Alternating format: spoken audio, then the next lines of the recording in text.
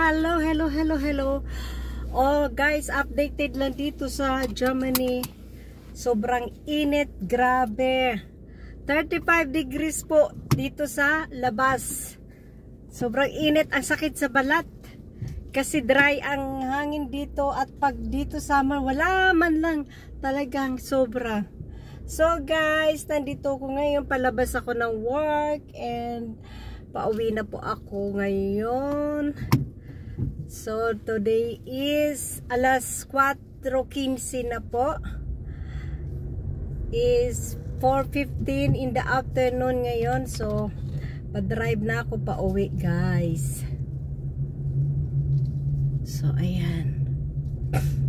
Uwi na tayo at pahinga na sa bahay at ang sobrang init. So, pag 35 degrees guys, ang sobrang init. Huwag kayong magbubukas ng aircon kasi sobrang lakas sa gasolina yan. Hintayin nyo munang lumamig ng konti yung inyong kotse bago kayo mag-aircon kasi sobrang kain sa gasolina yan guys. So pauwi na tayo guys.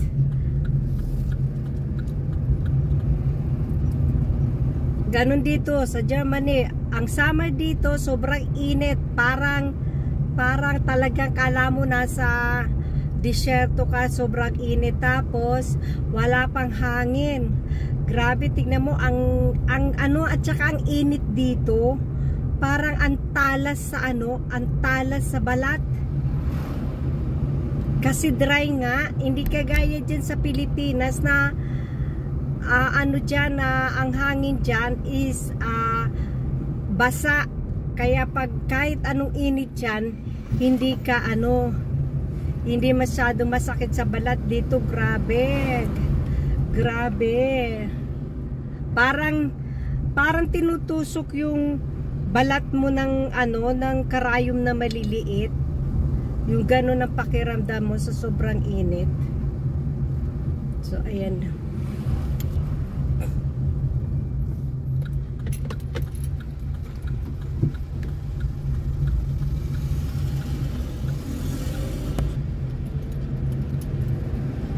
Pauwi na tayo guys.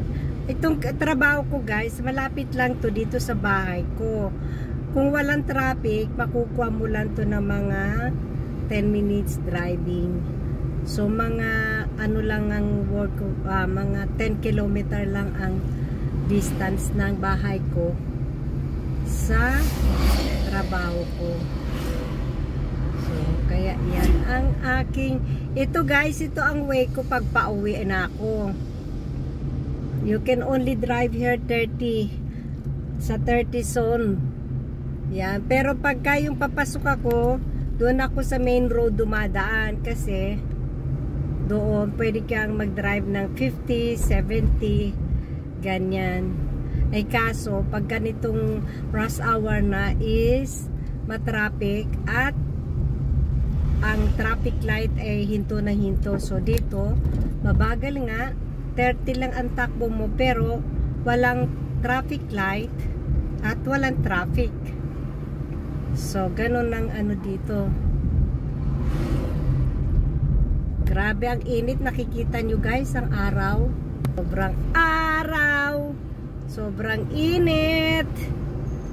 Ang live natin dito sa, alam nyo, napanood nyo ba yung viral doon sa, nag-viral dyan yung nanay OFW. Tapos 30 years nagtrabaho sa abroad. Tapos, umuwi na siya ng Pilipinas for good. Tapos, ngayon wala na siyang pera. Inaapi-api na siya ng kanyang mga anak. Kaya kayong mga anak dyan sa Pilipinas, hindi kumot umalis ang nanay nyo at nag-abroad ang magulang nyo, masarap na ang buhay sa abroad. Nagkakamali kayo. No? Kaya yan, isipin nyo, ang magulang nyo nag-abroad ng katagal-tagal, tinitiis ang hirap, ang lungkot, para lang mabigyan kayo ng magandang kinabukasan. Tapos, pag wala na maibigay sa inyo ang magulang yung pera, aapi-apiin nyo na at palalayasin nyo pa yung magulang nyo.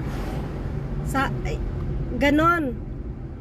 Tapos yan pa, grabe, naawa ako doon sa babae guys na napanood ko. Sabi ko, sana wag yan gawin sa akin ng mga anak ko yung ganyan, ano.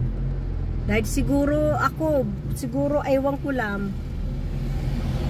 Kung yung gano'n na, nakita ko yung video na yun guys. Imagine, naawa ko dun sa nagpakahirap siya.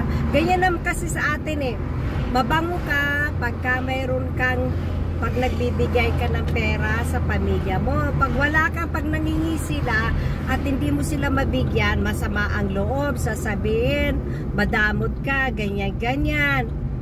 So, pero hindi nila alam na dito sa abroad, kahit piso, wala ang pitaka mo dahil puro padala ka lang sa kanila. Oh, diba? Kaya kayo, mga kamag-anak dyan sa Pilipinas, huwag niyong iisipin na maganda ang buhay namin dito sa abroad. Dahil dito, kahit isang tuka din kami. No, walang natitira sa mga sahod namin dito. Puro padala sa Pilipinas. Tapos pag wala pa kami pera dito, wala kami dito matakbuhan. Pag nagkasakit kami sa abroad, walang mag-alaga sa amin kundi sarili lang namin dahil wala kaming kamag-anak. Tapos kayong mga kamag-anak dyan sa Pilipinas, pag nag-for good na ang inyong mga kamag-anak o ang magulang nyo at wala nang maibigay na pera, tatratuin nyo na hindi maganda. Mali yun. Masama yun. Tandaan nyo yan, ang karma ay nandyan lang. Dapat minamahal nyo ang magulang nyo, huwag kayo sasama ang loob nyo pagka wala nang maiabot sa inyong pera. Kasi guys, ang pera sa abroad hindi pinupulot sa karsada. Pag tatrabahuan mo yan ng 24 hours, kung pwede lang huwag ka nang matulog. Magtrabaho ka na lang magtrabaho para may maipadala sa Pilipinas, pagpapaaral, yun, mga kailangan nyo dyan. O, kami dito, hindi kami dito nakakabili. O, sino yung nakapanood ng nag-viral na video na yan, na 30 years yung babae nag-OFW sino nakapanood niyan? Sana magkaroon ng aral yan sa inyo guys. Yung may mga magulang sa abroad, pag wala ng pera maibigay yung magulang nyo sa inyo, huwag nyo tratuhin ng hindi maganda. Dapat mahalin nyo dahil yung magulang nyo ginawa ang lahat para sa inyo. Ganyan, nagtiis, naghirap, ang lungkot, lahat.